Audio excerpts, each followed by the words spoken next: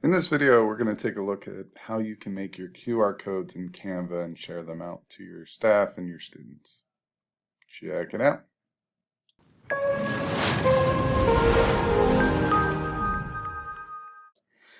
Alright, so in today's video, what I'm going to ask you to do is to go to templates, and I went under flyer templates. And what I'm going to do is search for QR code event. And what that's going to do is allow this to pop up. So there are several different ones here that you could choose from and make your own.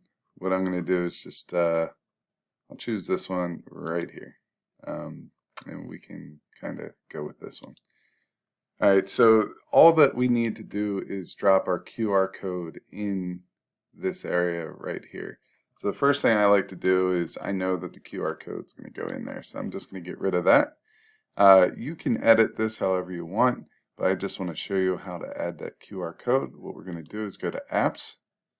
You could just type in QR code, and we're going to hit enter. If you want a traditional one where it's just plain Jane, go there. Some of these other ones you could go in and get a little bit more fancy with it if you want, but I just like this first one. I'm going to click on it, and I'm just going to put Edtech Throwdown in there.